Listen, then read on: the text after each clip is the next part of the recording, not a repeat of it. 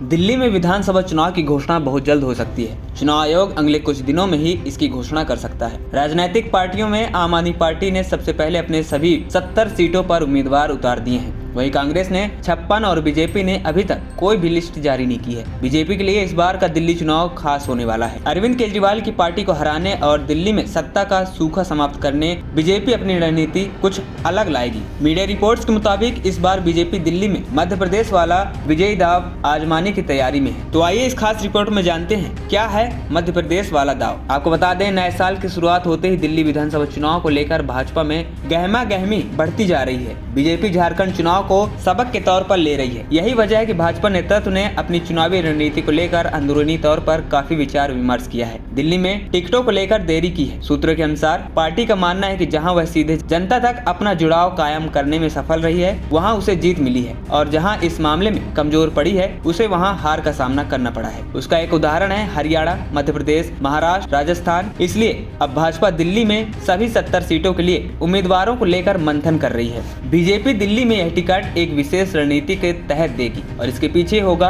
MP formula. BJP जिस आधार पर मध्य प्रदेश में चुनाव जीता है, उसी आधार पर दिल्ली चुनाव जीतना चाहेगी। इसलिए दिल्ली में एमपी फार्मूला लागू करने वाली है। बीजेपी उम्मीदवारों की पहली लिस्ट में उन सीटों में उम्मीदवारों का ऐलान किया जा सकता है जिन्हें पार्टी के लिए मुश्किल माना जाता है। पूर्व सीएम अरविंद केजरीवाल की सीट नई दिल्ली, मुख्यमंत्री अतीसी की सीट कालकाजी उम्मीदवार का ऐलान पहले ही किया जा सकता है। इसके अलावा बीजेपी अपने कुछ पूर्व सांसदों को भी विधानसभा में उतार सकती है। इन सभी टिकटों को अब केंद्रीय नेतृत्व के साथ अनौपचारिक बैठक में ही विचार किया जा सकता है। केंद्रीय चुनाव समिति की बैठक में इसे अंतिम रूप दिया जाएगा। सूत्रों का कहना है कि पार्टी मध्य प्रदेश की तरह दिल्ली में भी अपने अधिकांश बड़े नेताओं को चुनाव में लड़ा सकती है। इनमें लोकसभा चुनाव में टिकट कटने वाले पूर्व सांसद, पूर्व विधायक भी शामिल हैं। एक बड़ी दावेदारी है और पूर्व मौजूदा पार्षदों की, लेकिन उनकी छवि को देखते हुए बड़ा फैसला लिया जाएगा। इसके लिए पार्टी ने कुछ एजेंसियों से भी संभावित उम्मीदवारों को लेकर फीडबैक लिया है। गौरतलब है कि बीजेपी यह तय कर चुकी है कि दिल्ली चुनाव किसी एक नेता को सीएम फेस घोषित किए बगैर सामूहिक नेतृत्व के फार्मूले पर लड़ा जाएगा। यही फार्मूला पार्टी ने मध्य प्रदेश और छत्तीसगढ़ के साथ राजस्थान में भी किया है। बता दें कि दिल्ली विधानसभा चुनाव के लिए